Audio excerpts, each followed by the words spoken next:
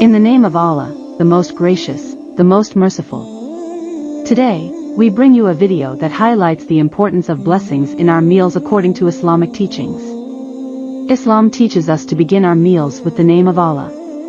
By doing so, we acknowledge His blessings and express gratitude for the sustenance He provides.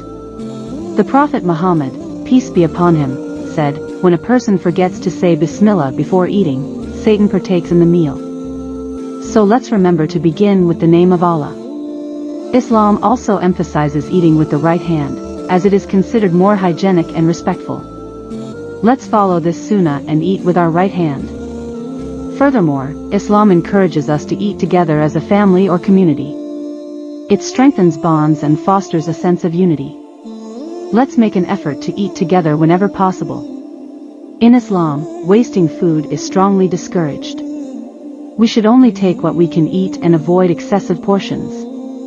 Let's be mindful of our consumption and reduce food waste. Finally, after finishing our meal, we should express gratitude to Allah for the blessings of the food. Let's remember to say Alhamdulillah and thank Him for providing us with sustenance.